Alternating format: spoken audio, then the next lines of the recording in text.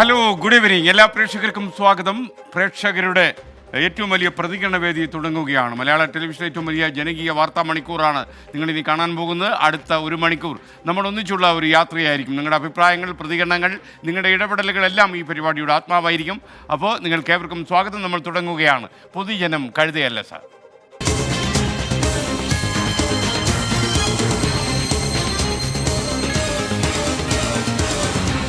പൊതുജനം കഴുതയല്ല സാർ.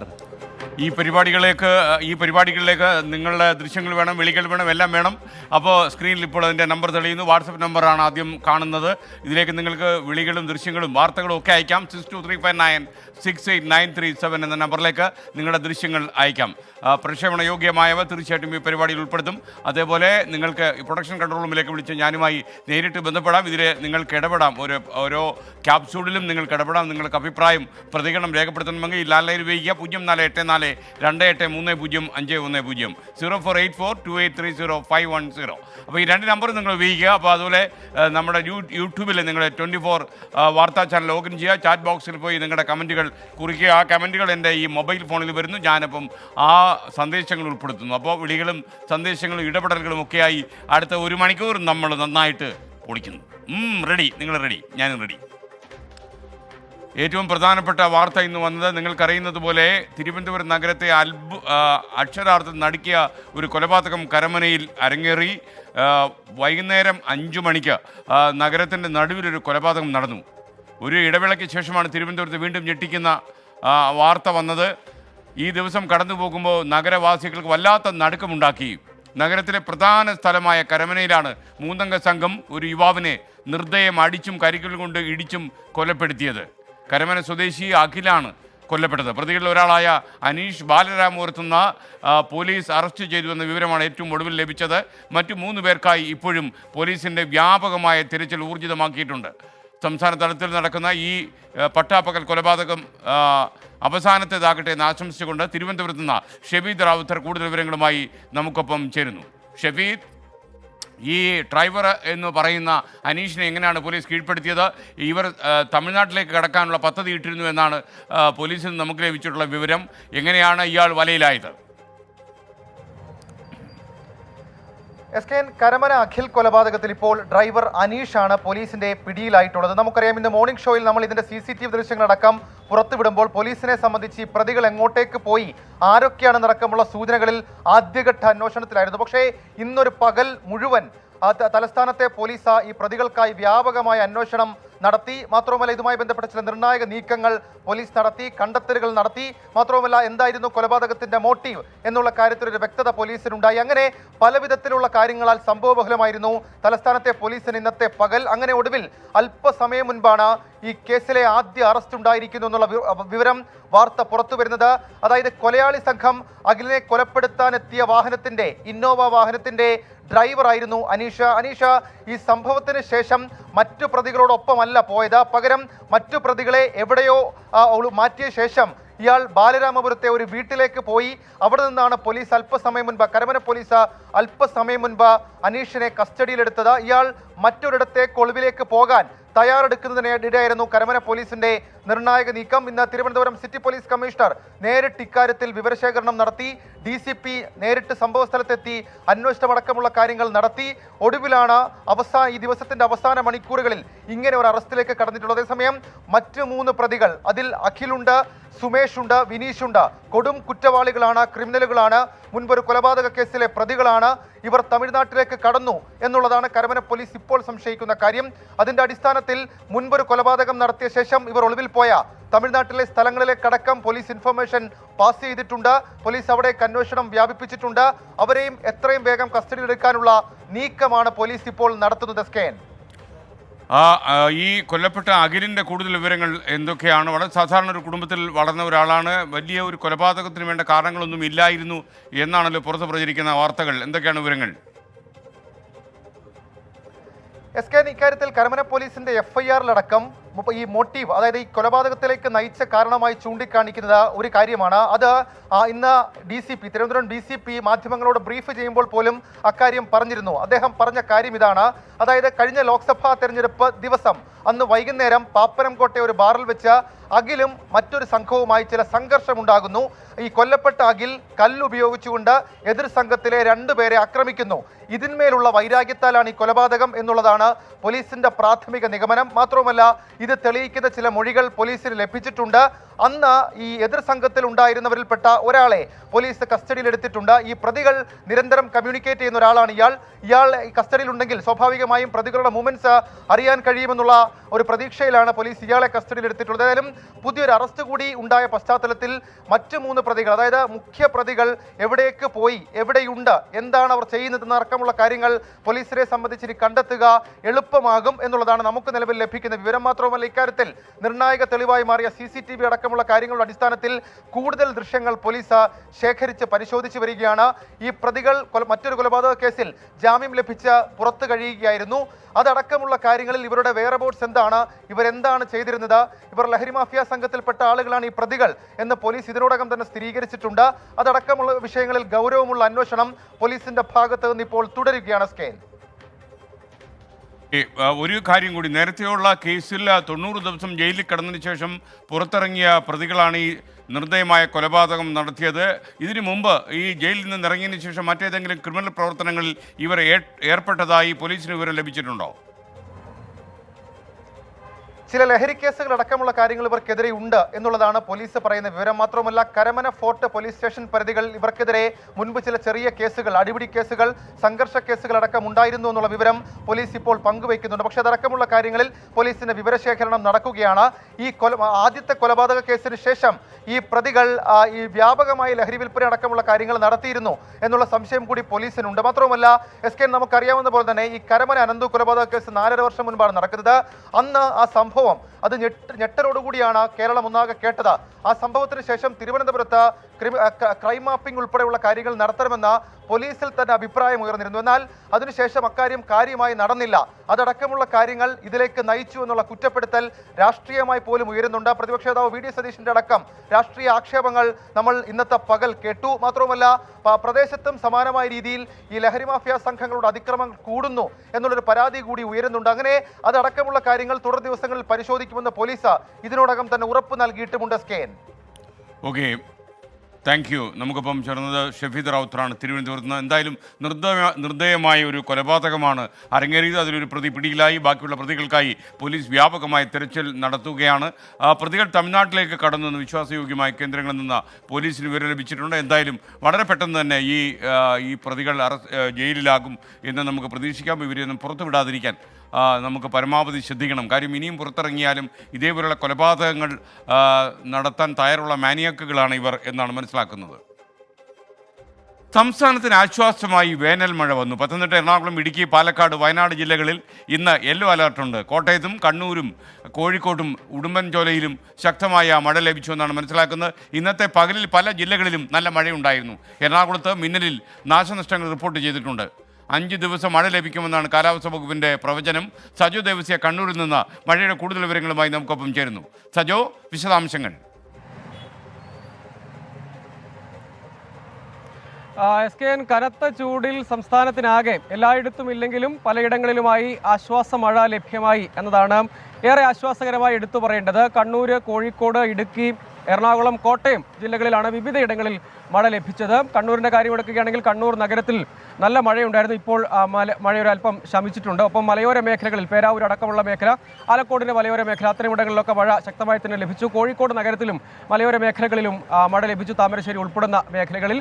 എറണാകുളത്തേക്ക് വരികയാണെങ്കിൽ ചെറിയ നാശനഷ്ടം കൂടി മഴയുടെ ഭാഗമായി സംഭവിച്ചിട്ടുണ്ട്. കനത്ത ഇടിമിന്നലിൽ കോതമംഗലത്തൊരു തെങ്ങിന് തീപിടിച്ചു. മൂവാറ്റുപുഴയിൽ ഒരു മരം തന്നെ ഇടിമിന്നലിൽ പിളർന്നു പോകുന്ന സാഹചര്യം ഉണ്ടായി. ആ ഇടങ്ങളിലും അതിശക്തമായ മഴ തന്നെ ലഭിച്ചു. ഒപ്പം ഇടുക്കിയിലേക്ക് പോവുകയാണെങ്കിൽ ഇടുക്കിയിൽ മലയോര മേഖലയായ ഉടുമ്പൻചോലയിൽ ശക്തമായ കാറ്റും മഴയും ഉണ്ടായി. കാര്യമായ നാശനഷ്ടങ്ങൾ റിപ്പോർട്ട് ചെയ്തിട്ടില്ല. പക്ഷേ അതിശക്തമായ മഴ തന്നെ ഉടുമ്പൻചോല ഉൾപ്പെടുന്ന ഇടുക്കിയുടെ മലയോര ഭാഗത്ത് ഹൈറേഞ്ച് ഭാഗത്ത് ലഭ്യമായിട്ടുണ്ട്. കോട്ടയത്തും മണിക്കൂറുകളോളം നീണ്ട മഴ ലഭ്യമായി. സംസ്ഥാനത്തെ സംബന്ധിച്ച് മഴ മുന്നറിയിപ്പുണ്ട്. ഇനിയുള്ള തുടർ ദിവസങ്ങളിൽ അങ്ങോട്ടേക്ക് മഴ മുന്നറിയിപ്പുണ്ട്. സംസ്ഥാനത്തിന് ഇപ്പോഴത്തെ ഒരു കാലാവസ്ഥയും ആളുകളുടെ അവസ്ഥയും ഒപ്പം വൈദ്യുതി ബില്ലിൻ്റെ അവസ്ഥ തന്നെ നമുക്കറിയാം. അത്രയും വലിയ പ്രതിസന്ധിയുണ്ട്. ആ മുന്നറിയിപ്പ് അതേ നിലയ്ക്ക് തന്നെ ആവുകയാണെങ്കിൽ അടുത്ത ദിവസങ്ങളിലൊക്കെ മഴ മുന്നറിയിപ്പുകൾ വിവിധ ജില്ലകളെ സംബന്ധിച്ചിടത്തോളം ഉണ്ട്. ഏതാണ്ട് ഒരാഴ്ചത്തേക്ക് 5 ദിവസത്തേക്കെങ്കിലും തുടർച്ചയായി മഴ ഇടവിട്ട് ലഭ്യമാകും എന്നതാണ് മുന്നറിയിപ്പുള്ളത്. അതും ഒരു ആശ്വാസകരമായ കാര്യമാണ്. ഒപ്പം ഇതോടൊപ്പം തന്നെയുള്ള ചെറിയ നാശനഷ്ടങ്ങളാണ് റിപ്പോർട്ട് ചെയ്തിരിക്കുന്നത്. എറണാകുളം മേഖലയിൽ നിന്നും മറ്റുമാണ്. മറ്റിടങ്ങളിൽ അങ്ങനെ ആശങ്കപ്പെടുത്തുന്ന വിവരങ്ങളൊന്നുമില്ല. പക്ഷേ മലയോളത്ത് വിവിധയിടങ്ങളിൽ, അതായത് സംസ്ഥാനത്തെ വിവിധ ജില്ലകളുടെ മലയോര ഭാഗങ്ങളിലും നഗരപ്രദേശങ്ങളിലും ഒക്കെ ഇപ്പോഴും മഴ ലഭിക്കുന്നുണ്ട്. കണ്ണൂർ അടക്കമുള്ള സ്ഥലങ്ങളിൽ നേരത്തെയും മഴ ലഭ്യമായതാണ്. ഇപ്പോൾ ലഭ്യമായത് ആശ്വാസ മഴ എന്നത് സന്തോഷത്തോടു കൂടി എടുത്തു പറയേണ്ടതുമാണ്. SK. Okay, thank U Sajo Devasya. Thiruvananthapuram നഗരത്തിൽ ഗൂണ്ടാ സംഘങ്ങളുടെ വിളയാട്ടവും അതിൻ്റെ വാർത്തകളും തുടർച്ചയായി വരുമ്പോഴും ക്രമസമാധാനം ഉറപ്പിക്കാൻ കഴിയാത്തത് എന്തുകൊണ്ടാണെന്ന് പലരും ചോദിക്കുന്നു. നമ്മുടെ പോലീസ് സംവിധാനം ഇത്തരം അക്രമികൾക്കെതിരെ കടുത്ത നടപടി സ്വീകരിക്കുന്നുണ്ടോ? തലസ്ഥാന നഗരത്തിൽ പോലും ക്രിമിനലുകൾ സ്വൈര്യവികാരം നടത്തുന്നതിൻ്റെ ഞെട്ടലുകളാണ് സാധാരണ മനുഷ്യർ ഈ തിരുവനന്തപുരം നഗരത്തിൽ.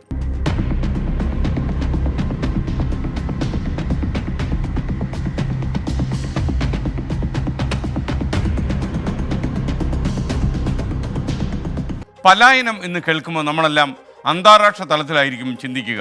സിറിയയിലും ഇസ്രായേലിലും ഗസയിലും യുക്രൈനിലും ഒക്കെ ആയിട്ട് പലായനം ചെയ്യുന്ന ആളുകളുടെ എണ്ണം ഓരോ ദിവസവും വളരെ വളരെ കൂടി വരികയാണ്.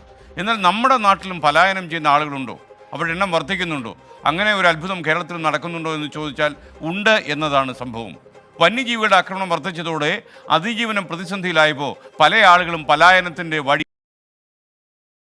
മലയോര പ്രദേശങ്ങളിൽ കൃഷി ഉപജീവനമാക്കിയ മലയോര ജനത വിളയിച്ച മണ്ണിനെ നിസ്സംഗതയോടെ ഉപേക്ഷിക്കേണ്ട ഗതികേടിലാണിപ്പോൾ.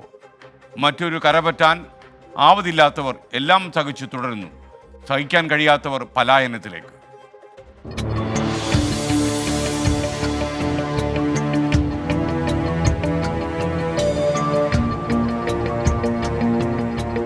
കണ്ണൂർ കൊട്ടിയൂർ പന്നിയാമലയിലെ 71-കാരൻ മാത്യു പതിറ്റാണ്ടുകൾ മണ്ണിൽ വിയർപ്പൊഴുക്കി ജീവിതം വിളയിച്ചെടുത്ത കർഷകൻ. 2019 ഡിസംബർ 18 നടുക്കുന്ന ഓർമ്മ. കൃഷിയിടത്തിൽ വെച്ച് കാട്ടാനയാക്രമണത്തിൽ ഗുരുതര പരിക്കേറ്റ മാത്യു ജീവിതത്തിലേക്ക് തിരിച്ചെത്തിയത് അത്ഭുതകരമായി. ശല്യം കാരണം ഇപ്പോൾ ഇവിടെ ജീവിക്കാൻ മേലാത്ത നിലയായി. ഇവിടെ ധാരാളം ജനങ്ങൾ ഇതിന് മേലെ താമസിച്ചുകൊണ്ടിരുന്നവരെല്ലാവരും കൂടി ഒഴിഞ്ഞു പോയി. നമുക്ക് പിന്നെ പോകാൻ വേറെ മാർഗമില്ല. പോയെന്നാൽ പിന്നെ ഇങ്ങോട്ട് തിരിച്ച് വരേണ്ട ആവശ്യമില്ല. എല്ലാം നന്നായി എല്ലാം വെളിപ്പാകും. കഷ്ടിച്ച് ജീവൻ തിരിച്ച് കിട്ടിയെന്ന് മാത്രമല്ല, അതുപോലെ കിട്ടി, നല്ലവർക്ക് കിട്ടി. ഇപ്പോൾ വീട്ടുമുറ്റത്തേക്ക് ഇറങ്ങാൻ വരെ ഭയമാണ്. അയൽവക്കത്തെ സൗഹൃദങ്ങളിൽ നല്ലൊരു പങ്കും മണ്ണുവിട്ട് പലായനം ചെയ്തു. ഇതുവരെ ജീവിച്ച മണ്ണുപേക്ഷിച്ച് ഇനി എങ്ങോട്ടുമില്ലെന്ന് മാത്യു. മലഞ്ചെരുവിലെ പൊന്നുവിളഞ്ഞ മണ്ണിൽ ഇപ്പോൾ കണ്ണീരിൻ്റെ ഉപ്പ്. ഒരു 10-12 വർഷമായിട്ടുള്ള ഇതുപോലെ കഠിനമായ ശല്യം തുടങ്ങിയിട്ട്. അതുവരെ നാം ഇവിടെ ഫോറസ്റ്റ് അവിടെ ഒരു പുഴയുണ്ട്, ഇവിടെ തോട്, അത് ഇക്കരെ നടക്കില്ലായിരുന്നു. അവിടെ അക്കരെ ഓടയൊക്കെ തല്ലി പൊട്ടിച്ചൊക്കെ തിന്നിട്ട് അവരങ്ങ് പോകും. നമ്മുടെ കൃഷിസ്ഥലത്ത് കയറിയിട്ടുള്ള ആക്രമണം ഉണ്ടായിരുന്നില്ല. പക്ഷേ ഇപ്പോൾ കുറേ ആയിട്ട് ഭയങ്കര ശല്യം.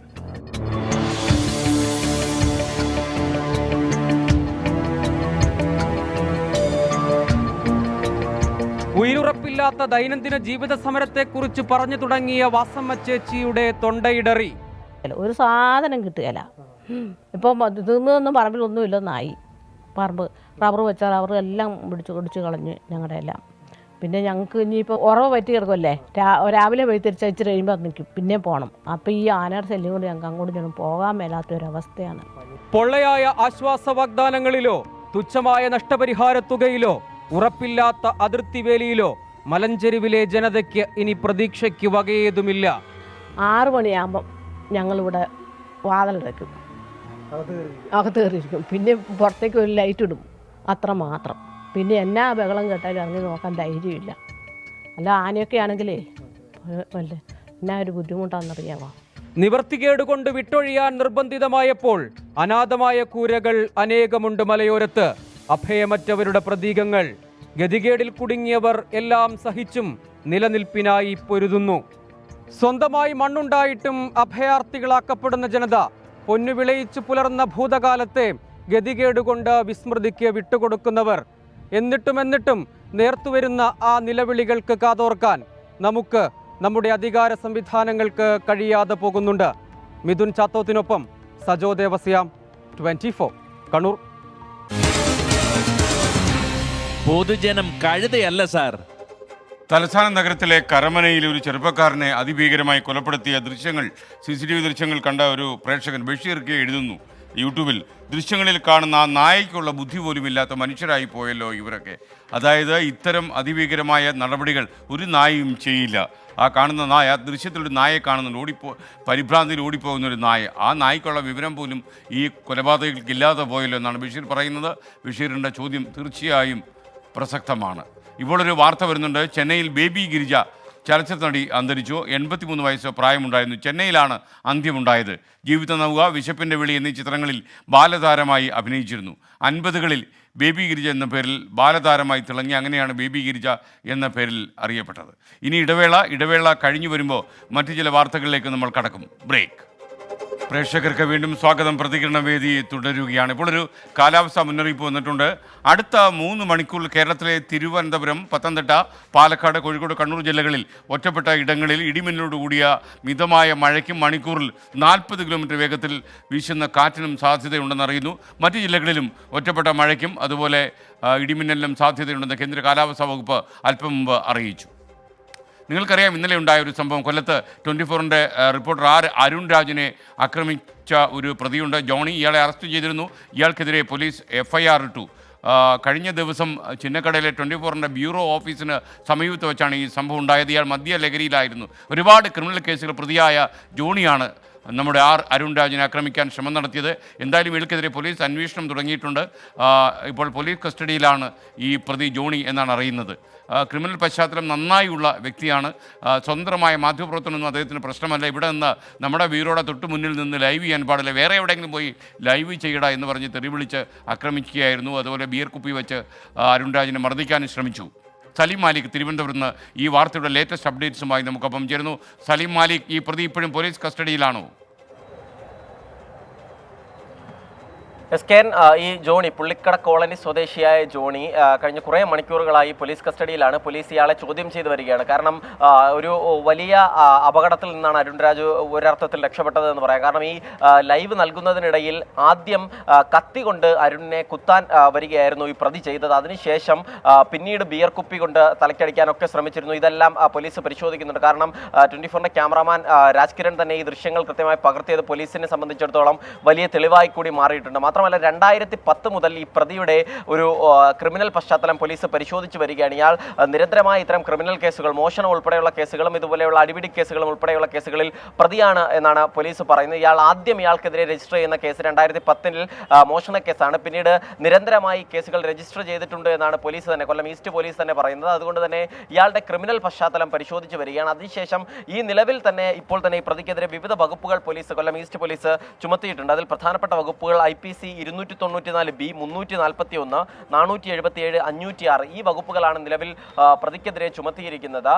മാത്രമല്ല ഈ പ്രതിയുമായി ബന്ധപ്പെട്ട് വലിയ സമൂഹത്തിന്റെ നാനാതുറകളിൽ നിന്ന് തന്നെ പ്രതിക്ക് പരമാവധി ശിക്ഷ ഉറപ്പാക്കണമെന്നതുൾപ്പെടെയുള്ള വികാരം ഉയർന്നു വന്നിട്ടുണ്ട്. കേരള പത്രപ്രവർത്തക യൂണിയൻ ഈ ഇന്നലെ സ്വതന്ത്ര മാധ്യമ പ്രവർത്തനം ഉറപ്പാക്കണം, അതിനുള്ള നടപടികൾ പോലീസ് സ്വീകരിക്കണമെന്നത് ഉൾപ്പെടെയുള്ള ആവശ്യം ഉയർത്തിയിട്ടുണ്ട്. മാത്രമല്ല ഈ വിഷയത്തിൽ പോലീസിന്റെ ഭാഗത്തുനിന്നുണ്ടായ ഒരു നടപടിയും ഇടപെടലും ഒക്കെയും പ്രശംസനീയമാണ്. കാരണം ഈ സംഭവം നടന്ന് ഇന്നലെ ഒരു 3:40 കൂടിയാണ് ഈ സംഭവം നടക്കുന്നത്. ഈ ലൈവിനിടെ ഈ സംഭവം നടക്കുന്ന അതൊരു പ്രശ്നത്തിലേക്ക് മാറുന്നു എന്നുള്ള നിലയിലേക്ക് എത്തിയപ്പോൾ തന്നെ അരുൺ രാജ് കൊല്ലം ACPയെ വിളിച്ചിരുന്നു. അതിനുശേഷം ഉടൻ തന്നെ പോലീസിന്റെ ഒരു ഇടപെടലുണ്ടായി.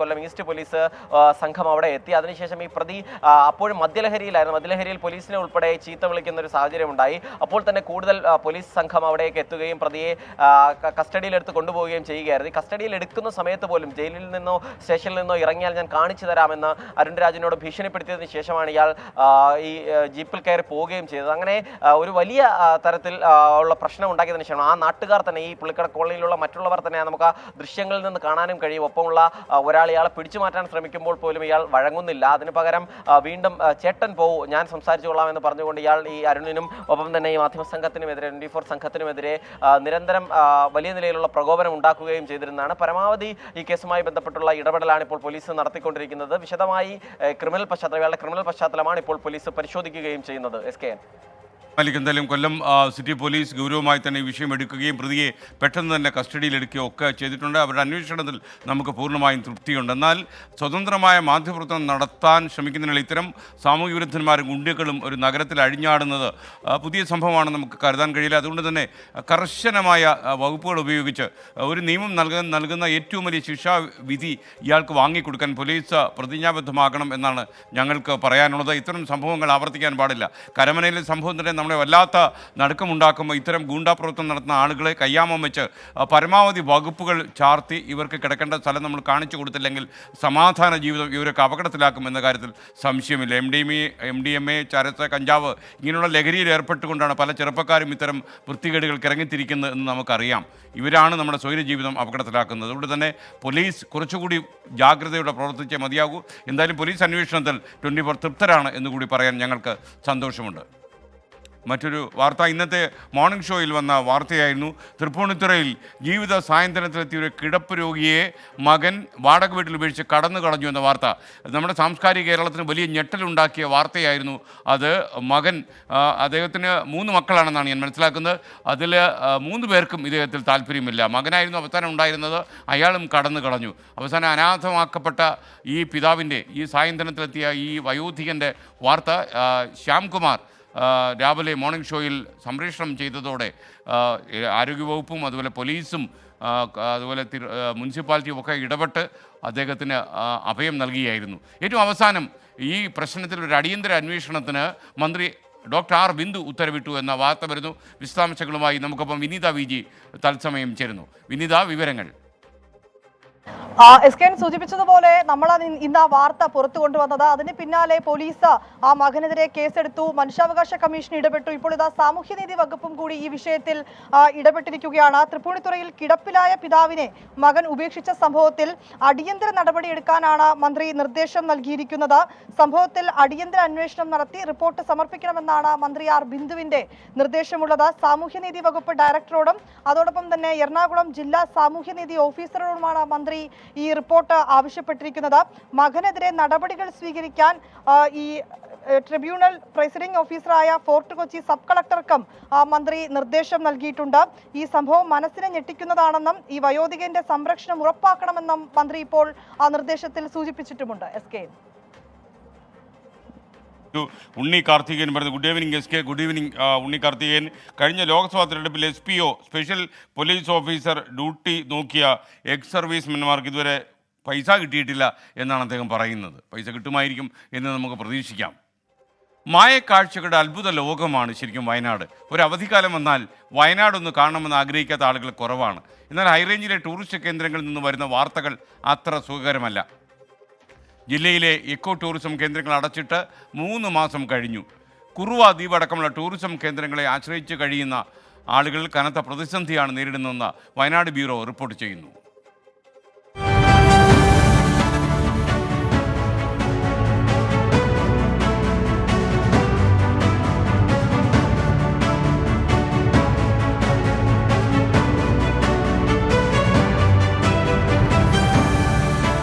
മധ്യവേനലവധി വയനാടിന് ഏറ്റവും അധികം വരുമാനം നൽകുന്ന കാലം കൂടിയാണിത്.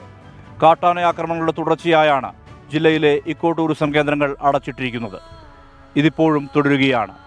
ഇതോടെ ജീവിതം പ്രതിസന്ധിയിലായിരിക്കുകയാണ് ഈ മേഖലയെ ആശ്രയിച്ച് ജീവിക്കുന്നവരുടെ. വോട്ടിൻ്റെ സമയത്ത് മാത്രമേ പാർട്ടി നോക്കുന്നുള്ളൂ.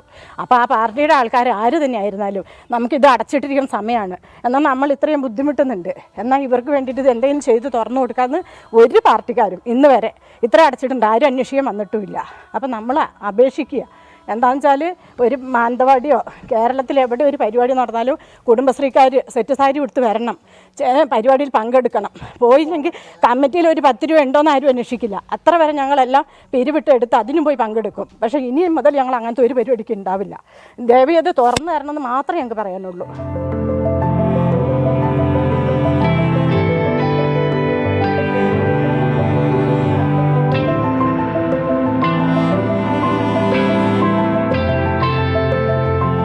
പടമലയിൽ ബേലൂർ മഖനയുടെ ആക്രമണത്തിൽ അജീഷിന്റെ മരണം.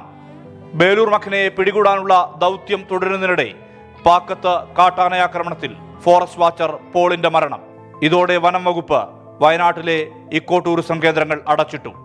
അടച്ചിടാനുള്ള ഹൈക്കോടതി നിർദ്ദേശവും പിന്നാലെയെത്തി. വയനാട്ടിൽ ഏറ്റവും അധികം സഞ്ചാരികളെത്തുന്ന കാലത്താണ് ഇക്കോ ടൂറിസം കേന്ദ്രങ്ങൾ അടഞ്ഞുകിടക്കുന്നത്. ഈ മേഖലയെ ആശ്രയിച്ചു കഴിയുന്നവരുടെ ജീവിതം ഏറെ പ്രതിസന്ധിയിലാണ്. കുറുവ അടച്ച കാരണം ഞങ്ങൾക്കൊരു പണിയൊന്നുമില്ല, ഒരു തൊഴിലുറപ്പും ഒന്നുമില്ല. അക്കരെ ഒരാൾ ആനയെ ചവിട്ടി കൊന്നു, ഒരു കർണാടക ആന വന്നു. ഇക്കരെ പണിയുള്ള ആളെ അവിടെയും കൊന്നു. അന്ന് അടച്ചിട്ട് 3 മാസം ആവാറായി. ഒരു പണിയും ഒന്നുമില്ല, ആർക്കും കടയൊക്കെ അടച്ചിട്ടേക്കുക. ഒരു ജീവിതമാർഗ്ഗം ഒന്നുമില്ല. കൊല്ലത്തൊക്കെ ആണെങ്കിൽ തൊഴിലുറപ്പുണ്ട്, ഇവിടെ അതുപോലുമില്ല. വായ്പയെടുത്തും മറ്റും തുടങ്ങിയ സംരംഭങ്ങൾ ഇപ്പോൾ അടഞ്ഞുകിടക്കുകയാണ്. ടൂറിസം കേന്ദ്രങ്ങൾ തുറക്കാൻ വനം വകുപ്പിന്റെയും സർക്കാരിന്റെയും ഇടപെടൽ തേടി ഈ മേഖലയിലുള്ളവർ പട്ടിണി സമരം നടത്തി. ഇനി കളക്ടറേറ്റിലേക്ക് സമരം വ്യാപിപ്പിക്കാനാണ് നീക്കം. ഇവളുടെ ആൾക്കാരുടെ സ്ഥിതി വളരെ ദയനീയമാണ്. അവർ ആന വന്ന് അജീഷ് മരിച്ചതിന് പിന്നെ അതുമായി ബന്ധപ്പെട്ടാണ് കുറുവാദ്വീപ് അടച്ചത്. അത് ഈ കുറുവാദ്വീപിൽ നിന്ന് ഏകദേശം ഒരു 2-3 കിലോമീറ്റർ അകലെയാണ് സംഭവിച്ചത്. പക്ഷെ അത് അടച്ചു കഴിഞ്ഞിട്ട് പിന്നെ തുറക്കാനുള്ള ഒരു നടപടിയും സർക്കാരിൻ്റെ ഭാഗത്തുനിന്ന് ഉണ്ടാകുന്നില്ല. കുടുംബശ്രീ യൂണിറ്റുകളടക്കമുള്ള സംരംഭങ്ങളും പ്രതിസന്ധി നേരിടുന്നുണ്ട്. 100 കണക്കിന് കുടുംബങ്ങളാണ് വയനാട്ടിലെ ഇക്കോ ടൂറിസം കേന്ദ്രങ്ങളെ ആശ്രയിച്ച് ജീവിതം മുന്നോട്ട് കൊണ്ടുപോകുന്നത്.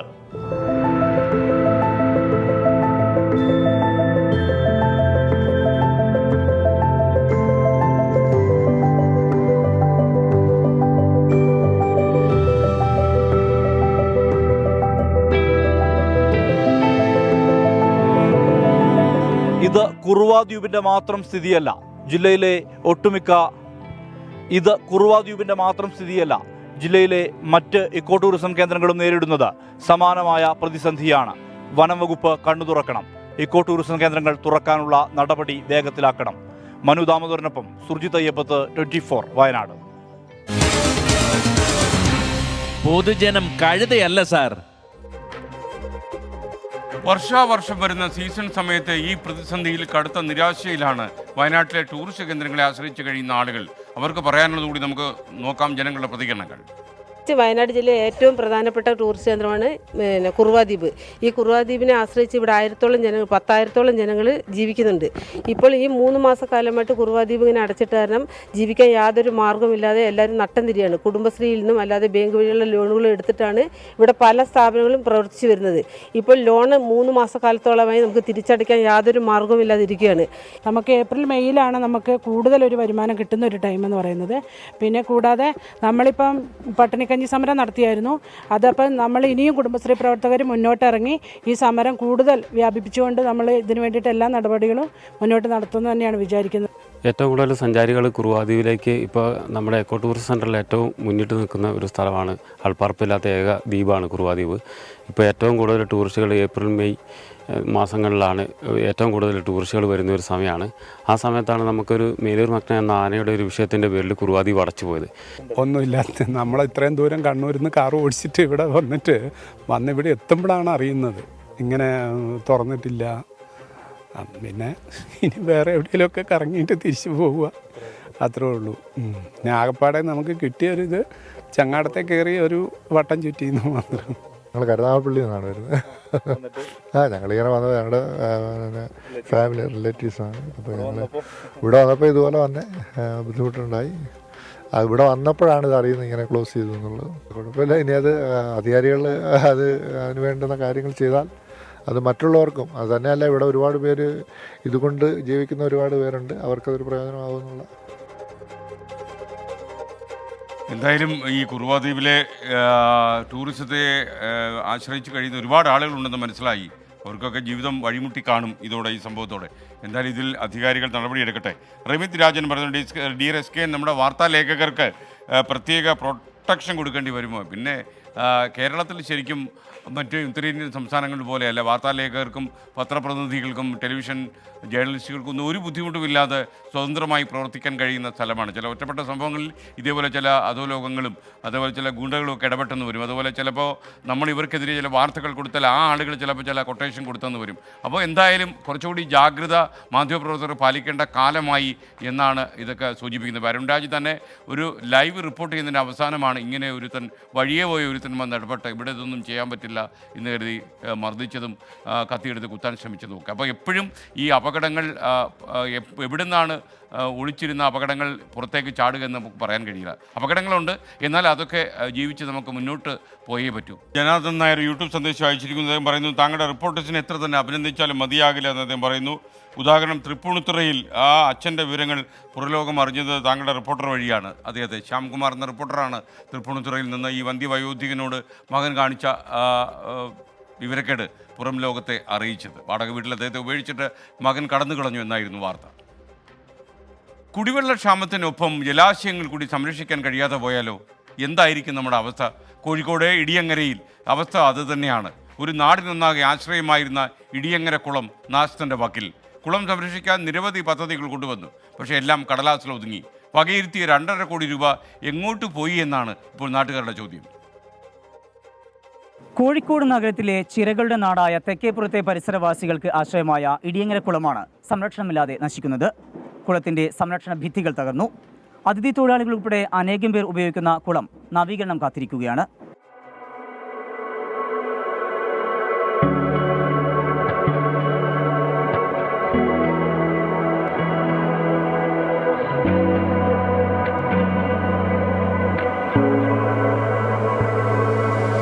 ആറു പതിറ്റാണ്ട് പഴക്കമുള്ള കുളം വറ്റിച്ച് ചെളി നീക്കിയിട്ട് വർഷങ്ങളായി. ഏത് കടുത്ത വേനലിലും വറ്റാത്ത ഈ ജലാശയം സംരക്ഷിക്കണമെന്നാണ് പ്രദേശവാസികളുടെ ആവശ്യം. വിദ്യാർത്ഥികൾ ഉൾപ്പെടെ നിരവധി പേർ കടന്നുപോകുന്ന ഇടിയങ്ങര കുറ്റിച്ചിറ റോഡിന് സമീപത്താണ് ഈ കുളം. അതിനാൽ തന്നെ അപകടഭീതിയും ഏറെയാണ്. ഈ കാണുന്ന ഈ സ്ഥലങ്ങളൊക്കെ ഇടിഞ്ഞു വീണത് ഇതേപോലെ ഒരു കെട്ട് അപ്പുറം ഉണ്ടായിരുന്നു. അത് ഒന്നായിട്ട് അതിൻ്റെ അകത്തേക്ക് മറിഞ്ഞു വീണ് പിന്നെ ഈ വീഴാൻ കിടക്കുകയാണ് ഇതൊക്കെ. അതുപോലെ ആ ഭാഗത്തൊക്കെ കംപ്ലീറ്റ് മതിലുകളൊക്കെ ഇടിഞ്ഞിരിക്കുന്നത്. ഓരോ ഭാഗം ഇടിഞ്ഞു പോവാണ്. അപ്പോൾ ചെളിയുമാണ് അതിൻ്റെ അകത്ത്, കല്ലും മുള്ളും പറഞ്ഞ മാതിരി ഫുള്ള് നിറഞ്ഞു കിടക്കുകയാണ്. ആരെങ്കിലും വീണാൽ വരെ അറിയൂല, പിന്നെ പൊന്തി വരേണ്ടി വരും ഡെഡ് ബോഡി, അപ്പോഴേ അറിയുള്ളൂ. അതുകൊണ്ട് വളരെ അപകടകരമാണ്. എത്ര എളുപ്പത്തിൽ ഇത് നന്നാക്കി കിട്ടുകയാണെങ്കിൽ വളരെ സുഖകരമാണ്. കുളം നവീകരിക്കാൻ സ്ഥലം MLA അഹമ്മദ് ദേവർകോവിൽ മന്ത്രിയായിരുന്ന സമയത്ത് സംസ്ഥാന ബജറ്റിൽ 2 കോടി രൂപ പ്രഖ്യാപിച്ചിരുന്നു. കൂടാതെ കുളത്തിന്റെ നവീകരണത്തിനും പരിസരം സൗന്ദര്യവൽക്കരിക്കുന്നതിനും കോഴിക്കോട് കോർപ്പറേഷൻ 50 ലക്ഷവും അനുവദിച്ചു. എന്നാൽ ഇതുവരെ ഒന്നും ഉണ്ടായിട്ടില്ല. ജലാശയങ്ങൾ സംരക്ഷിക്കേണ്ടത് അനിവാര്യതയാണ്, പ്രത്യേകിച്ചും കൊടുംവരൾച്ചയുടെ ഇക്കാലത്ത്. ബന്ധപ്പെട്ടവരുടെ ശ്രദ്ധയുണ്ടാകുമെന്ന പ്രതീക്ഷയോടെ കോഴിക്കോട് നിന്ന് മുനീഫ് തിരൂരിനൊപ്പം സമീർ സി മുഹമ്മദ്, 24. പൊതുജനം കഴുതയല്ല സാർ. ഈ കൊടും വരൾച്ചയുടെ കാലത്ത് നമ്മുടെ ജലാശയങ്ങൾ സംരക്ഷിക്കേണ്ടത് വളരെ അനിവാര്യം. കുടിവെള്ളത്തിനും മറ്റ് കൃഷി ആവശ്യങ്ങൾക്കും എല്ലാം ഉപയോഗിച്ചിരുന്ന കുളം നവീകരിച്ച് സംരക്ഷിക്കണം എന്നാണ് നാട്ടുകാർ പറയുന്നത്. 2.5 കോടി പാസ്സായിട്ട് കാലങ്ങളേറെയായി, പക്ഷേ ഇതുവരെ കാര്യത്തിലേക്ക് കിടക്കുന്നില്ല. കാരണം പാസ്സായി എന്ന് പറയുമ്പോൾ വളരെ സന്തോഷമുണ്ടായി ഞങ്ങൾക്ക് എല്ലാവർക്കും, നാട്ടുകാരെ നൽകി. ഇപ്പോൾ എൻ്റെ തറവാട് അതിൻ്റെ പിന്നിലുള്ള തറവാടാണ്. ഇത്ര ബേരമ്പേട് എന്ന് പറയും. ഇത്ര വർഷങ്ങളായി ഞങ്ങൾ അവിടെ താമസമായിരുന്നു. അപ്പോൾ അവിടെയുള്ള കുട്ടികളൊക്കെ ഇവിടുത്തെ നീന്തൽ പഠിച്ചിട്ടാണ് വളർന്നു വന്നത്. ഇപ്പോൾ ഒരു കുട്ടിക്ക് നീന്താൻ പറ്റാത്തൊരവസ്ഥയാണ്, കാരണം അവിടെ ഇറങ്ങാൻ പറ്റുന്നില്ല. വളരെ അപകടമാണ്. ഞങ്ങൾ ഇവിടെ ഇരിക്കുന്ന ആരും കണ്ട് ഞങ്ങൾ സാധാരണ ഇതിൽ എണീപ്പിക്കും, ഇരിക്കേണ്ടെന്ന് പറഞ്ഞിട്ട്. കാരണം ഈ അപകടം മനസ്സിലാക്കി കൊടുക്കും. ഈ കുളത്തിൽ ആളുകൾ വളരെ റിസ്ക് എടുത്ത് കുളിക്കുന്ന ആൾക്കാരെ ഇപ്പം അറിഞ്ഞൂടാ, പല ഭാഗത്തുനിന്ന് വരുന്ന ആൾക്കാരാണ്. കുളത്തിൽ പലതരത്തിലെ ജീവികൾ, പാമ്പുകളൊക്കെ ഉണ്ട്. പാമ്പുകളൊക്കെ ഇങ്ങനെ പോകുന്നത് കാണാം. അപ്പോൾ ഇതൊക്കെ റിസ്ക് എടുത്തിട്ട് ആളുകൾ അറിയാത്ത ആരൊക്കെയോ കുളിക്കുകയാണ്. ഇടയ്ക്ക് മരണം ഒരു കഴിഞ്ഞ 2 വർഷം മുമ്പ് ഒരാളിവിടെ വീണ് മരിച്ചതാണ്. സ്ഥലം MLAയും മുൻ മന്ത്രിയുമായിരുന്ന അഹമ്മദ് ദേവർകോവിൽ മന്ത്രിയായിരിക്കുന്ന സമയത്ത് പ്രഖ്യാപിച്ചതാണ്. പക്ഷേ ഇന്ന് വരെ അതിൻ്റെ യാതൊരു പ്രവർത്തനവും നടന്നിട്ടില്ല. കോർപ്പറേഷനാകട്ടെ 50 ലക്ഷം പാസ്സാക്കി വരുന്നു, അതും ചുവന്ന നടയിലാണ്. പീപ്പിൾസ് ആക്ഷൻ ഗ്രൂപ്പ് ശക്തമായൊരു സമരത്തിന് ഇറങ്ങുകയാണ് ഈ കുളത്തിന് വേണ്ടി. കൊച്ചു കുട്ടികൾ വരെ ഇതിലെ നടന്നു പോകുന്നതാണ്. ആ നടന്നു പോകുന്ന കുട്ടികൾ ഇതിൽ നടന്നു പോകുന്ന വളരെ ബുദ്ധിമുട്ടാണ്. എന്നുവെച്ചാൽ എന്തെങ്കിലും ചെറിയൊരു അപകടം ഉണ്ടായിട്ടുണ്ടെങ്കിൽ അത് ഭയങ്കര ഒരു സങ്കടമായിട്ട് തീരും നമുക്ക് എന്തായാലും. അപ്പോൾ അങ്ങനെയൊന്നും ഇല്ലാതിരിക്കട്ടെ. നമുക്ക് എത്രയും പെട്ടെന്ന് ഇത് നവീകരിക്കാനുള്ള സാധ്യതകൾ എങ്ങനെയും മുന്നോട്ട് കൊണ്ടുവരണം എന്നുള്ളത് ബന്ധപ്പെട്ടവരെ നമ്മൾ വീണ്ടും കണ്ട് അറിയിക്കുന്നതാണ്. അബ്ദുൾ റഹ്മാൻ KV മലപ്പുറത്ത് നിന്ന് പറയുന്നു, മഴ പ്രവചനത്തിൽ മലപ്പുറം ജില്ലയിൽ ഇടിയും മഴയും ഉണ്ടായത് കാലാവസ്ഥാ ഓഫീസർമാർ പ്രതീക്ഷിച്ച് കാണില്ല എന്നാണ് പറയുന്നത്. മലപ്പുറം ജില്ലയിൽ മഴ തകർക്കുന്നു എന്നാണോ താങ്കൾ ഉദ്ദേശിച്ചത്? മഴ വന്നെങ്കിൽ വളരെ നല്ലത്. നാട്ടിലെവിടെ 4 ആൾ കൂടുമ്പോൾ പറയും, അയ്യോ എന്തൊരു ചൂടാണപ്പാ. ഈ സംസാരം നമ്മൾ കുറച്ചാഴ്ചകളായി കേൾക്കുകയാണ്. ഇപ്പോൾ ചില സ്ഥലങ്ങളിലൊക്കെ വേനൽ മഴ ശക്തമായെങ്കിൽ ഈ പറച്ചില്ലെങ്കിലും നമ്മൾ ശരിക്കും നല്ല ചൂടാണ് അനുഭവിച്ചതെന്നാണ് മനസ്സിലാക്കുന്നത്. പക്ഷേ അത്ര നല്ല ചൂടായിരുന്നു നമ്മൾ അനുഭവിച്ചത്. ഇതൊരു സാധാരണ സംഗതിയല്ല. എന്താണ് ഇത്രയും കടുത്ത ചൂടിന് കാരണമുണ്ടായിരിക്കുന്നത്? നമുക്കൊന്ന് പരിശോധിക്കാം. നമ്മുടെ സെൻട്രൽ ന്യൂസ് ഡെസ്കിൽ നിന്ന് സ്മിത ഹരിദാസ് വിശദാംശങ്ങളുമായി ഒരു എക്സ്പ്ലെയിനർ ചെയ്തിരിക്കുന്നു.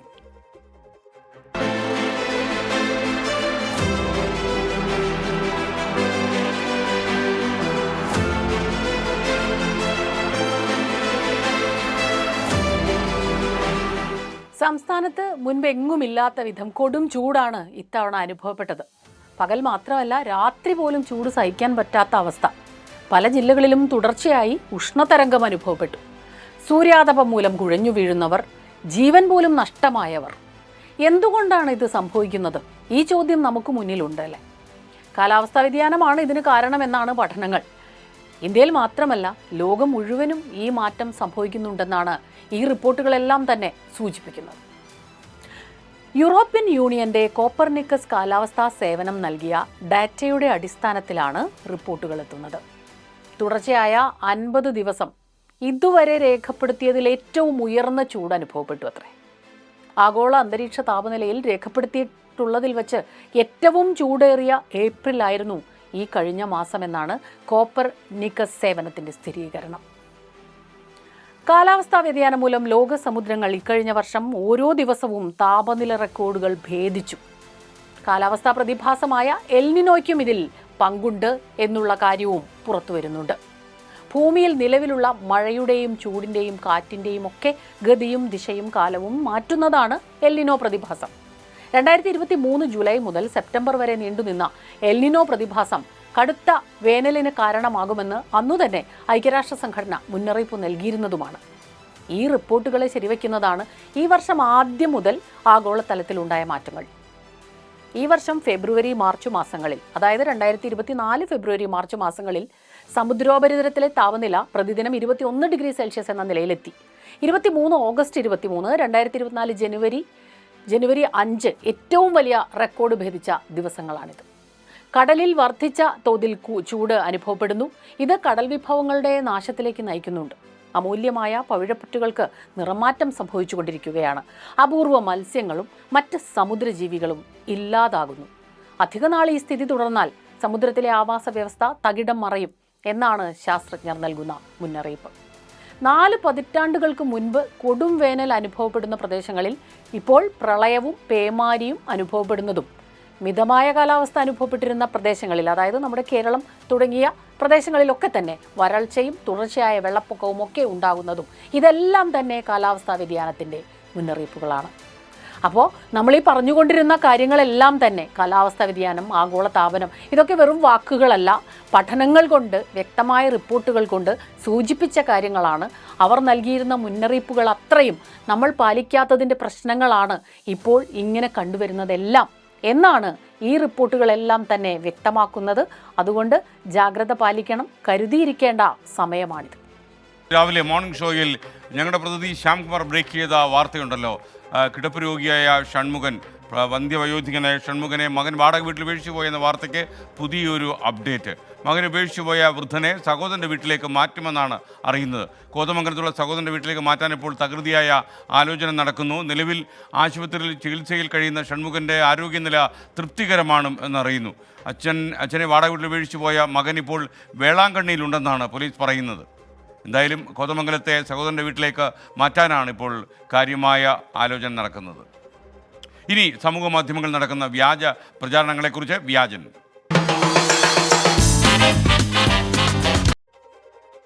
ലോക്സഭാ തെരഞ്ഞെടുപ്പ് സമയമായതുകൊണ്ട് തന്നെ ഒരുപാട് വ്യാജ വീഡിയോകളും ചിത്രങ്ങളും ഒക്കെ സമൂഹ മാധ്യമങ്ങളിൽ സർവ്വസാധാരണമായി പ്രചരിക്കുന്നു. ചിലതൊക്കെ വലിയ വൈറലാണ് താനും. സൗജന്യ റേഷൻ നൽകിയ നരേന്ദ്രമോദിക്കും BJPക്കും വോട്ട് ചെയ്യണം എന്നാവശ്യപ്പെട്ട് BSP നേതാവ് മായാവതി നടത്തിയ തരത്തിൽ ഇപ്പോൾ ഒരു വീഡിയോ പ്രചരിക്കുന്നുണ്ട്. എന്താണ് ഈ വീഡിയോയുടെ സത്യാവസ്ഥ? श्री नरेंद्र मोदी जी ने तो आपको फ्री में राशन दिया है, आप ये जो कर्ज है तो इस चुनाव में आपको अदा करना है, वोट के रूप में बीजेपी को वोट देकर आपको ये कर्ज अपना अदा करना है. 2 ദിവസമായി സോഷ്യൽ മീഡിയയിൽ പ്രചരിക്കുന്ന വീഡിയോയാണിത്. സൗജന്യ റേഷൻ നമുക്ക് നൽകിയ നരേന്ദ്രമോദിക്കും BJPക്കും വോട്ട് ചെയ്യാൻ ജനങ്ങളോട് ആഹ്വാനം ചെയ്യുന്ന BSP നേതാവ് മായാവതി എന്ന തലക്കെട്ടിലാണ് വീഡിയോ. എന്നാൽ സത്യം മറ്റൊന്നാണ്. 2024 മെയ് 4-ന് ആഗ്രയിൽ വെച്ച് മായാവതി നടത്തിയ പ്രസംഗമാണിത്. പ്രസംഗത്തിന്റെ പൂർണ്ണരൂപം പരിശോധിക്കുമ്പോൾ മാത്രമാണ് യാഥാർത്ഥ്യം വ്യക്തമാകുന്നത്. RSSന്റെയും BJPയുടെയും നേതാക്കൾ സൗജന്യമായി നൽകിയ റേഷന്റെ പേരിൽ വോട്ട് പിടിക്കുന്നത് മായാവതി വിമർശിക്കുന്നതാണ് വീഡിയോ. എന്നാൽ സന്ദർഭം വ്യക്തമാക്കാതെ മുറിച്ചെടുത്ത വീഡിയോ BJPക്ക് വേണ്ടി പരസ്യമായി വോട്ട് ചോദിക്കുന്ന മായാവതി എന്ന രീതിയിലാണ് പ്രചരിക്കുന്നത്. BSPയുടെ യൂട്യൂബ് ചാനലിൽ പ്രസംഗത്തിന്റെ പൂർണ്ണരൂപം പ്രസിദ്ധീകരിച്ചിട്ടുണ്ട്. എന്നാൽ BJPയെ സഹായിക്കുന്ന മായാവതിയുടെ പല നയങ്ങളും അടുത്തിടെ വിമർശന വിധേയമായിരുന്നു. ജോൺപൂർ മണ്ഡലത്തിൽ വിജയസാധ്യതയുണ്ടായിരുന്ന ശ്രീകല റെഡ്ഡിയെ മാറ്റി പകരം ശ്യാം സിംഗ് യാദവിനെ BSP മത്സരിപ്പിക്കുന്നത് BJPയെ വിജയിപ്പിക്കാനുള്ള തന്ത്രമായാണ് കണക്കാക്കപ്പെടുന്നത്. Fact check desk 24. തൃശ്ശൂരിൽ നിന്ന് ഒരു വാർത്ത. തൃശ്ശൂർ മലക്കപ്പാറയിൽ വനത്തിനുള്ളിൽ ബസ് യാത്രക്കാർ കുടുങ്ങിപ്പോയി. 5:20 ഇന്ന് വൈകുന്നേരം മലക്കപ്പാറയിൽ നിന്നും ചാലക്കുടിയിലേക്ക് വന്നൊരു KSRTC ബസ് ബ്രേക്ക് ഡൗൺ ആയി. അതോടെയാണ് യാത്രക്കാർ വനത്തിനുള്ളിൽ കുടുങ്ങിപ്പോയത്. പകരം ഒരു ബസ് അങ്ങോട്ട് അയച്ചിട്ടുണ്ടെന്നാണ് പറയുന്നത്. ഇപ്പോഴും വനത്തിനുള്ളിൽ തന്നെ കുടുങ്ങിക്കിടക്കുകയാണ് യാത്രക്കാർ എന്നാണ് തൃശ്ശൂർ ബ്യൂറോ അറിയിക്കുന്നത്. ഇതോടെ ഈ പൊതുജനം കഴുതിയല്ല എന്ന ഈ പരിപാടിയുടെ എപ്പിസോഡ് അവസാനിക്കുന്നു. ഇനി എൻകൗണ്ടറിന് മുഴുവൻ വാഷ്മി താജ് ഇബ്രാഹിം നമുക്കൊപ്പം ചേരുന്നു. ഒരു നല്ല രാത്രി. Good night.